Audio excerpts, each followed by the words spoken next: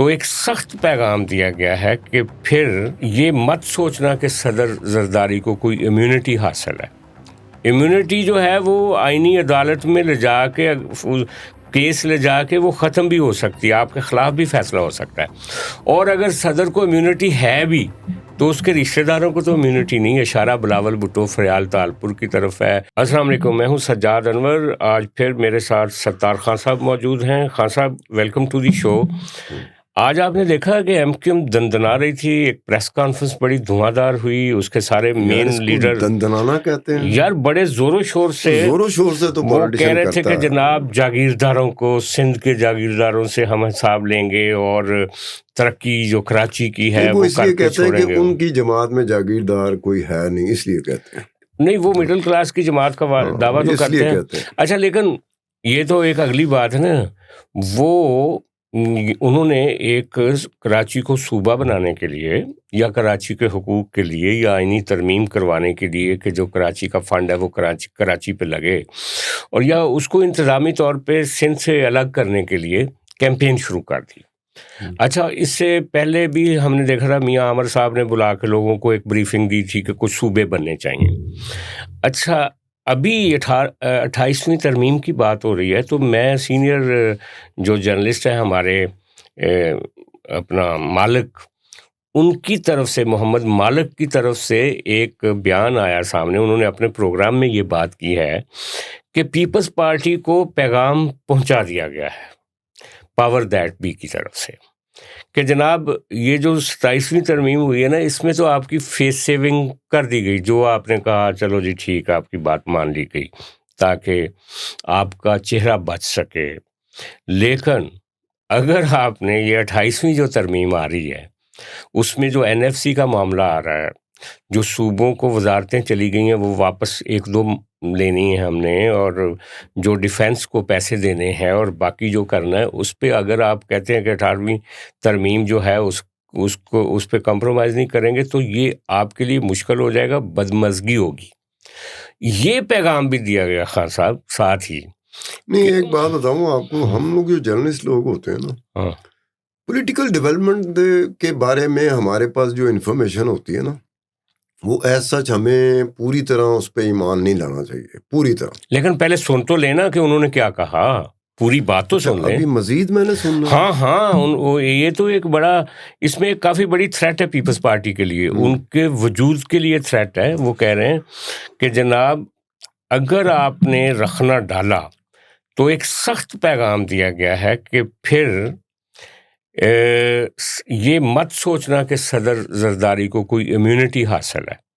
Immunity جو ہے وہ آئینی عدالت میں لے جا کے کیس لے جا کے وہ ختم بھی ہو سکتی ہے, آپ کے خلاف بھی فیصلہ ہو سکتا ہے. اور اگر صدر کو امیونٹی ہے بھی تو اس کے رشتہ داروں کو تو امیونٹی نہیں ہے. اشارہ بلاول بھٹو فریال تالپور کی طرف ہے, اشارہ ان کی پولیٹیکل پارٹی کی طرف ہے, اشارہ وزیر اعلیٰ کی طرف ہے جن کے اوپر پہلے مقدمے ہیں, فریال تالپور صاحبہ کے اوپر بھی پہلے سے مقدمے ہیں. تو یہ جو شکنجہ کسا جا رہا ہے نا, اور بھی کچھ دوست کہہ رہے ہیں کہ زرداری صاحب جیل بھی جا سکتے ہیں, تو یہ جو کہانی نہیں بن رہی ہے 27ویں ترمیم کے بعد, لگتا ہے کہ اگلا نشانہ پیپلز پارٹی ہے. اور پیپلز پارٹی کیوں ہے, اس پہ آپ ذرا بتائیں. پہلے تو مجھے مان لینا چاہیے کہ واقعی جس طرح سے ٹارگٹ پہ آنا ہے, پیپل پارٹی اس طرح سے ٹارگٹ پہ آ چکی ہوئی ہے. پہلے تو مجھے یہ ماننا پڑے گا نا, اس کے بعد جا کے میں بتاؤں گا نا کہ تو آپ کو سمجھ نہیں آ رہی کہ نہیں ہے. اس طرح سے ڈیولپمنٹ, جو پولیٹیکل ڈیولپمنٹ ہوتی ہے نا, اس کے کئی روپ ہوتے ہیں, کئی رنگ ہوتے ہیں, اور کئی اس نے رخ لینے ہوتے ہیں. آج کے اس وقت جب ہم بات کر رہے ہیں, اس وقت ایک پولیٹیکل ڈیولپمنٹ ہو رہی ہوگی, لیکن رات کو وہ پولیٹیکل ڈیولپمنٹ اس کی کوئی دوسری رنگ اس کی آ جائے گی, اس کا دوسرا کوئی شکل آ جائے گی اس کی.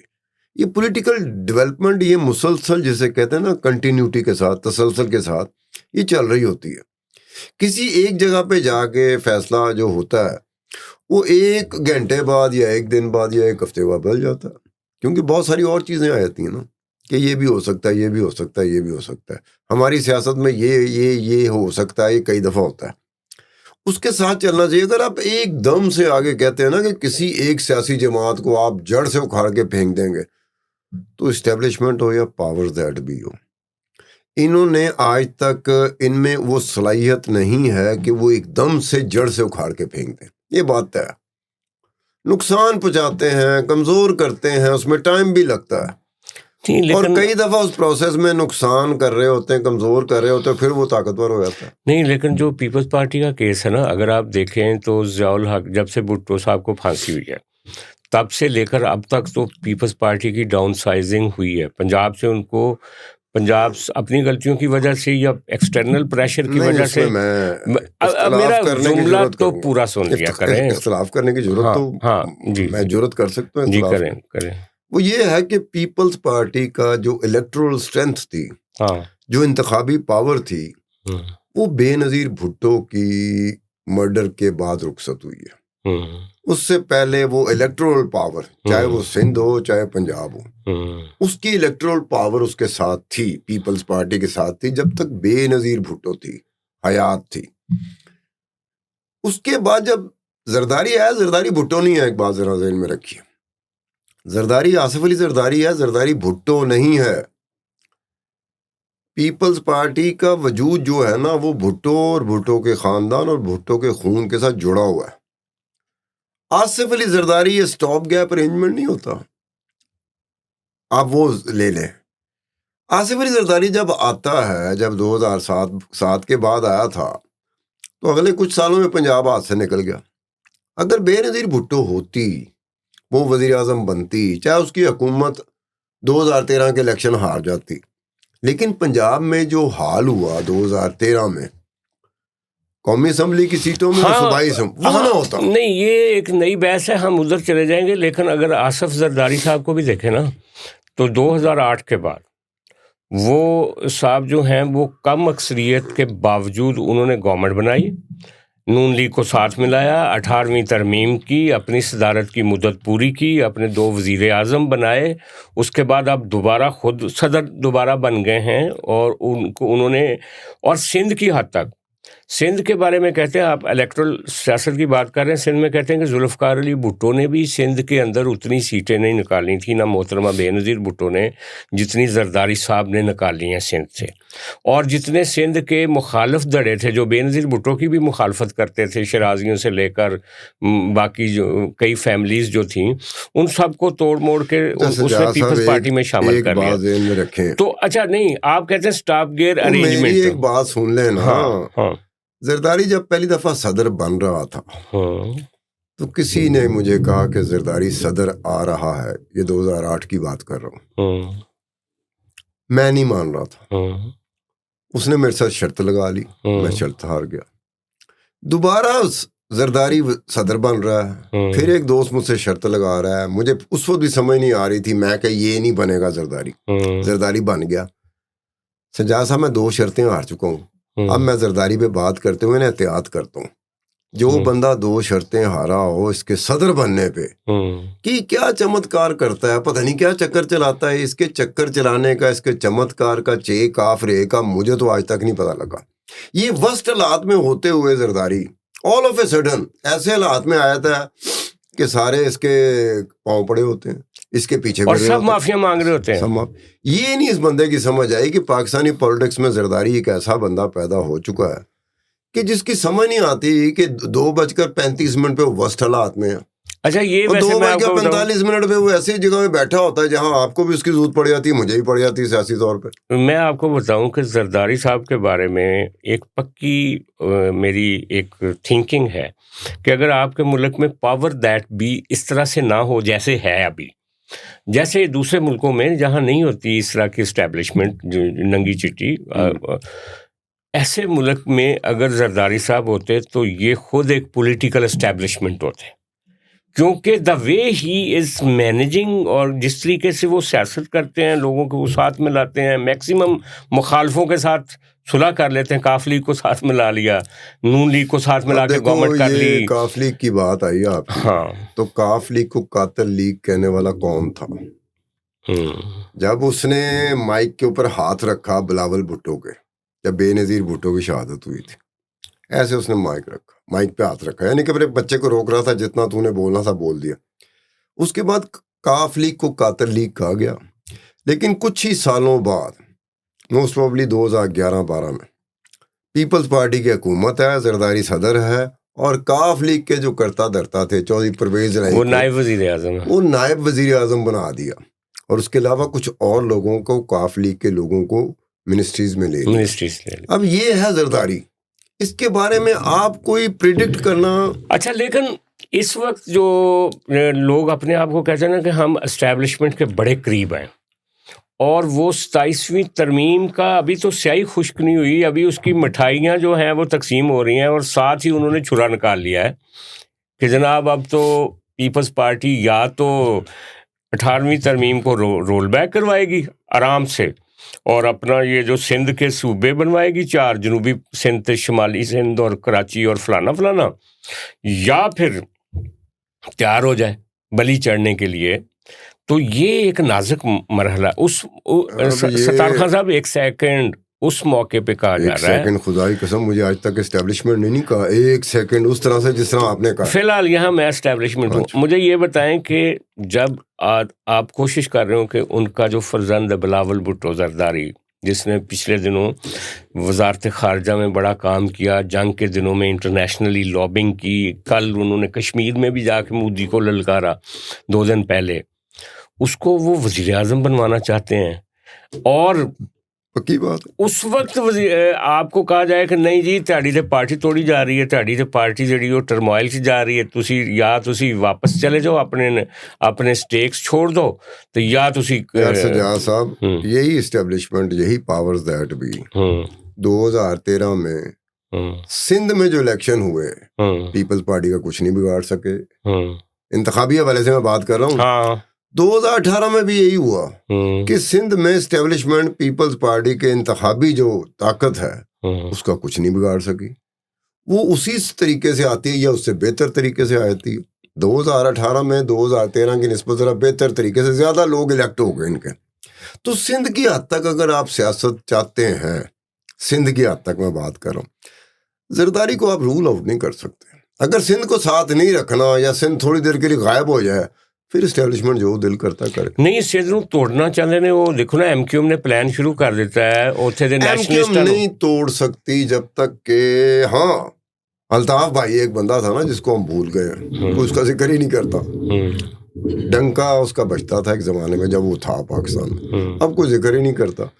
الطاف کی موجودگی میں جس طرح کے حالات تھے، اور ایم کیو ایم کا ووٹ بینک آج بھی، ہو سکتا ہے میں غلط ہوں، ایم کیو ایم کا ووٹ بینک آج بھی الطاف کے ارد گرد منڈلاتا ہے۔ نہیں، یہ بات آپ کی درست ہے، کئی لوگ کہتے بھی ہیں۔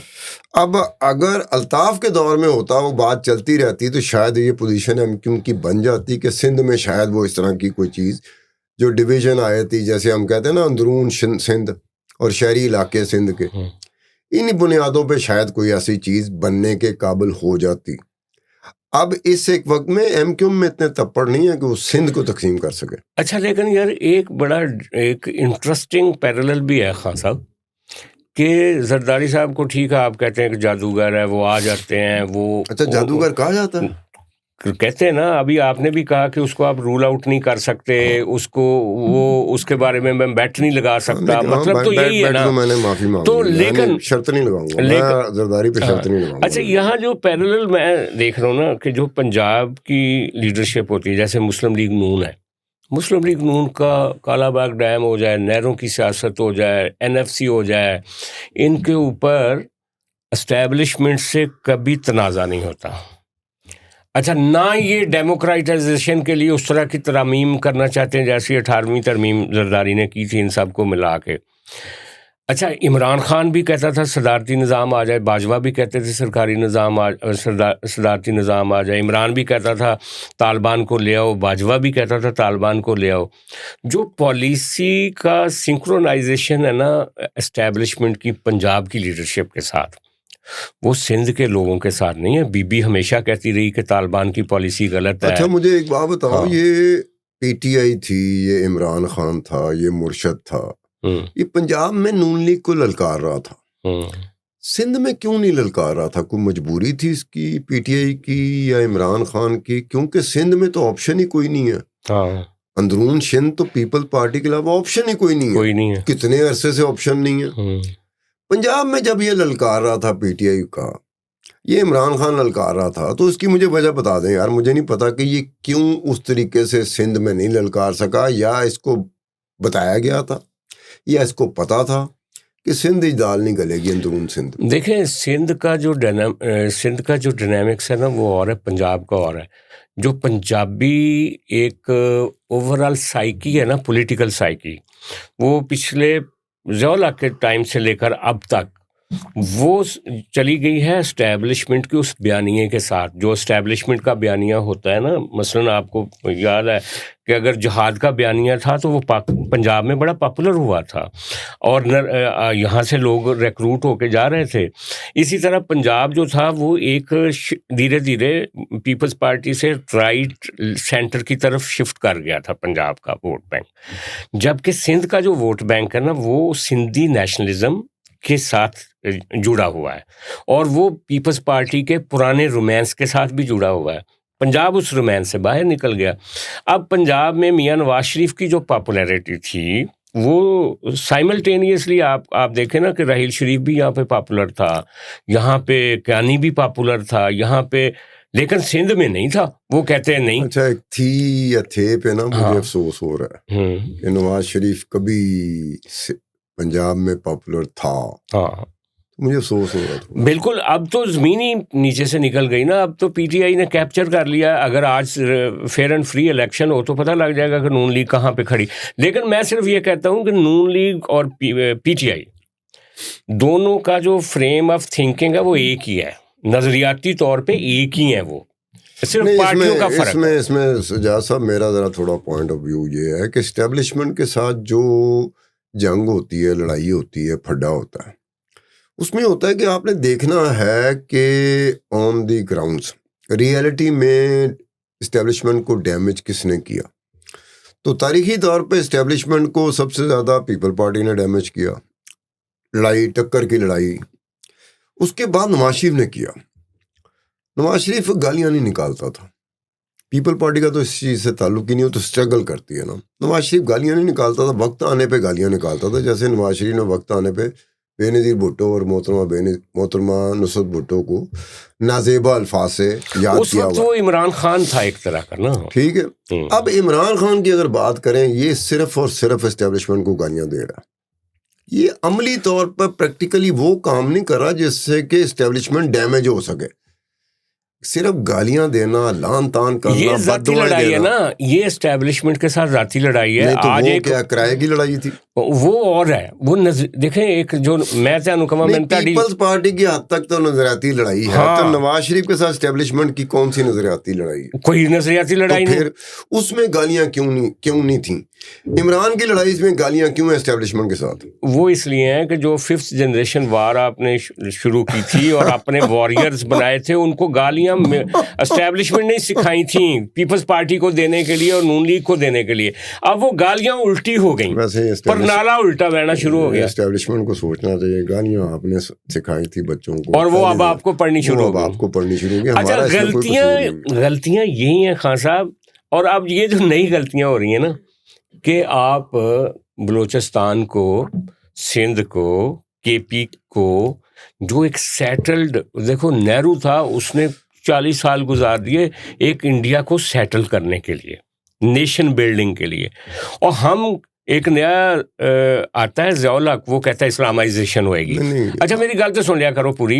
انڈیا کا پاکستان کے ساتھ سیاسی حوالے سے، جمہوری حوالے سے، پارلیمانی حوالے سے، انتخابی حوالے سے کمپیریزن نہ کریں۔ ہاں چلو ٹھیک ہے، نہیں کرتے۔ ضیاء الحق آیا اسلامائزیشن، مشرف آیا جی انلائٹنمنٹ۔ اچھا مشرف آیا جی لوکل باڈیز کریں، اور وہ ایک نیشنل ریکنسٹرکشن بیورو بنایا گیا، آپ کو یاد ہی ہے، ناظم کا آفس بنایا گیا، یہ کیا گیا، وہ کیا گیا، سارا کچھ رول بیک ہو گیا۔ اب حافظ صاحب آئے نا، تو حافظ صاحب کے 4 ایجنڈے ہیں۔ پہلا ایجنڈا ہے آپ کا، حافظ پہلے ایکسپلین کرو، حافظ آصم منیر صاحب، آصم منیر کہنا، فیلڈ مارشل آصم منیر صاحب، جنہوں نے انڈیا کے ساتھ، میں تھوڑا سا کنفیوز رہتا ہوں کہ ان کی خوبی ہے کہ انہوں نے انڈیا کے ساتھ بہت شاندار جنگ لڑی، جیتے، قومی ہیرو ہیں۔ لیکن جو سیاسی طور پہ کیا جا رہا ہے نا کہ آپ نے چولستان کو آباد کرنا ہے اور وہ لوگوں کو پٹے پہ زمینیں دے دیں اور نہریں نئی بنانی ہیں، آپ نے کیا نام ہے صوبے ڈویژن کی لیول پہ سارے صوبے بنا دینے ہیں 20 30 40 جو آپ نے سوچا ہوا ہے. یار پولیٹیکل جو چھیڑ چھاڑ ہوتی ہے نا کانسٹیٹیوشن کے ساتھ ہو یا مینجمنٹ کے ساتھ ہو ایڈمنسٹریشن کے ساتھ ہو، اس کو بہت لمبے چوڑے مشاورت کے بعد کرنا اچھا چاہیے. بیچ میں ٹوکوں، آپ نے ابھی کہا تھا جنرل پرویز مشرف کا کیا انلائٹنڈمنٹ، انلائٹنڈ ماڈریشن. انلائٹنڈ ماڈریشن، یہ آپ نے جنرل پرویز مشرف کے کہا؟ جی جی جی جی. میرے پاس ڈاکومنٹ پڑے ہوئے ہیں. جنرل پرویز مشرف پاکستان میں اسلامی نظام لانا چاہتا تھا جس میں کوڑوں کی سزا تھی. ہاں بالکل. آپ نماز نہ پڑھیں آپ کو کوڑوں کی سزا، آپ روزے نہ رکھیں آپ کو کوڑوں کی سزا. آپ نے کوئی بھی ایسا کام کیا، محاسبہ کمیٹیاں تحصیل لیول سے لے کے وفاقی سطح تک. یہ تھا جنرل پرویز مشرف کا پلان، میرا نہیں تھا. اب ہوا کیا کہ 2002 میں اگر 9/11 نہ ہوتا، کیونکہ وہ جو مسودہ تھا وہ نکلا ہے ریلیجس امور کی جو وزارت ہوتی ہے، واقعی لیکن جو وزارت مشرف نے ٹیک اوور کرتی 14 پوائنٹ یا کتنے کہے تھے ان میں تو وہ ذکر نہیں تھا ان چیزوں کا. یار میں بتا رہا ہوں کہ 2002 میں اسلامی نظریاتی کونسل کے پاس بھیجا وہ مشرف کو کسی جرنیل نے ضیائی جرنیل نے بنایا ہوئے گا. مشرف ذاتی طور پہ تھے انلائٹنڈ آدمی. مشرف کا کنٹرول تھا، کوئی ضیائی جرنیل کہاں سے آ سکتا ہے مشرف کے ہوتے ہوئے؟ نہیں، اس نے بنا کے بھیجا تھا. 9/11 ہو گیا. اگر 9/11 نہ ہوتا تو شاید وہ اسلامی نظریاتی کونسل کو جو گیا تھا نا مسودہ. اچھا ویسے یہ نئی بات آپ کر رہے ہیں کیونکہ جنرل مشرف تو میں خود جنرل مشرف کے بارے میں تو حمید گل کہتے تھے کہ یہ اتا ترک بننا چاہتا ہے. تو حمید گل صاحب فوت ہو گئے نا. حمید گل کا بیٹا عبداللہ، عبداللہ کے ساتھ میری بڑی گپ شپ ہوتی. اچھا عبداللہ کو میں بتا دوں کہ عبداللہ جنرل پرویز مشرف اس ملک میں اسلامی نظام لانا چاہتا تھا اور یہ 2001 میں اسلامی نظریاتی کونسل کو مسودہ بھی بھیج دیا تھا. اچھا 9/11 نہ ہوتا تو مشرف شاید کچھ کر جاتا. خان صاحب ہم آتے ہیں حال پہ. اب فیلڈ مارشل صاحب اور چیف آف ڈیفینس فورسز جو اپنی نئی سیٹنگ کر رہے ہیں، ایک نئی اب بنا رہے ہیں، ایک طرح سے عہدیدار بھی نئے آئیں گے، ISI چیف بھی نئے آئیں گے، باقی لوگ بھی ایک سیٹ اپ بنے گا. اس کے بعد آپ کیا دیکھتے ہیں یہ جو پروجیکشن بنائی جا رہی، نئے صوبے، یہ جو نہریں، یہ جو نئی ایک پلاننگ ہے NFC کے حوالے سے جس کی وجہ سے پیپلز پارٹی کو بظاہر بلیک میل بھی کیا جا رہا ہے مختلف جرنلسٹوں کے ذریعے، آپ کیا سمجھتے ہیں کہ پاسبلٹیز کیا ہیں ان کے سامنے، اسٹیبلشمنٹ کے سامنے؟ میں خاص طور پہ فیلڈ مارشل عاصم منیر صاحب کی ذاتی ایمبیشنز کی بات نہیں. ان کا فیلڈ مارشل عاصم منیر کی کوئی ڈاکٹرائن آئی ہے جیسے کہ جنرل باجوہ کی تھی؟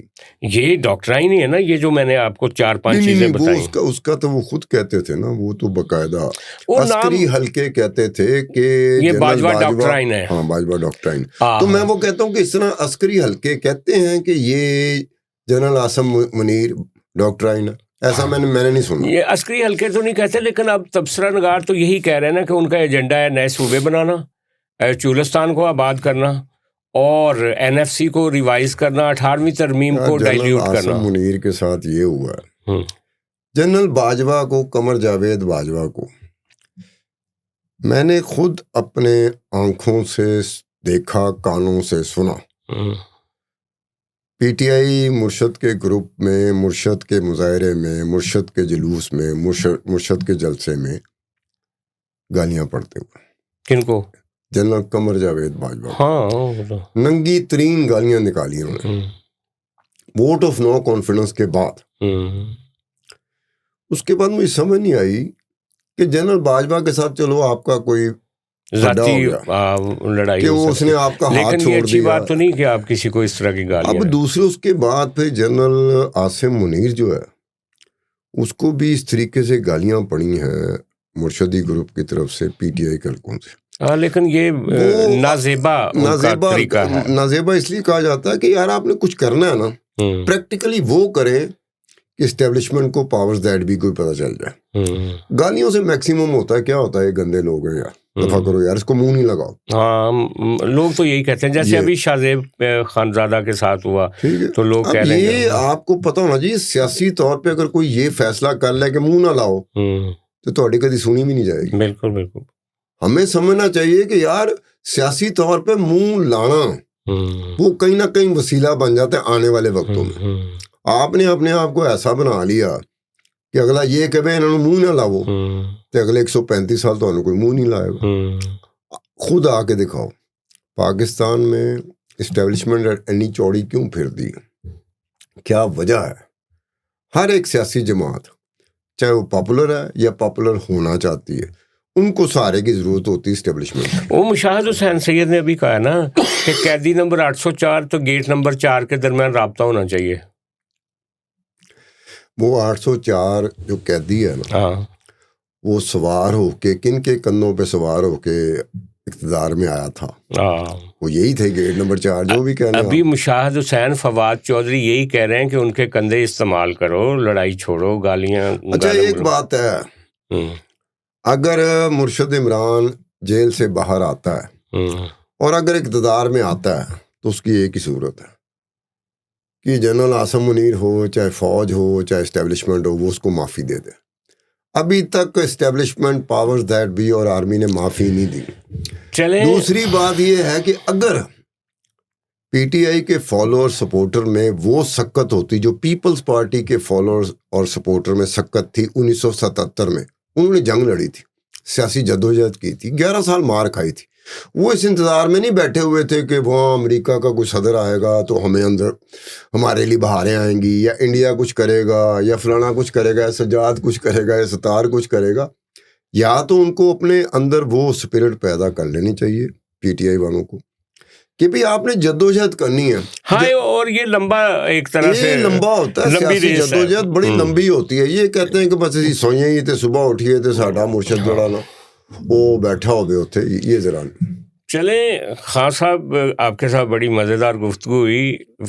ہم یہ سمجھتے ہیں کہ یہ جو تاثر پیدا کیا جا رہا ہے نا کہ ساری باتیں اسٹیبلشمنٹ منوا لے گی پیپلز پارٹی سے, اور جو 28ویں ترمیم ہے وہ ان کی مرضی کی ہو جائے گی. ہم دونوں کا یہ خیال ہے کہ سیاسی حقیقتیں جو ہوتی ہیں ان کو اوور رائٹ نہیں کیا جا سکتا. کچھ لو اور کچھ دو کی بنیاد پہ ہوگا, اور فیس سیونگ دونوں کو چاہیے. یہ نہیں ہو سکتا کہ ایک گروپ اپنا فیس بچانے کے لیے دوسرے کے فیس پہ سیاہی مال دے. آج کے لیے اتنا ہی, کل پھر آپ سے ملاقات ہوگی. خدا حافظ.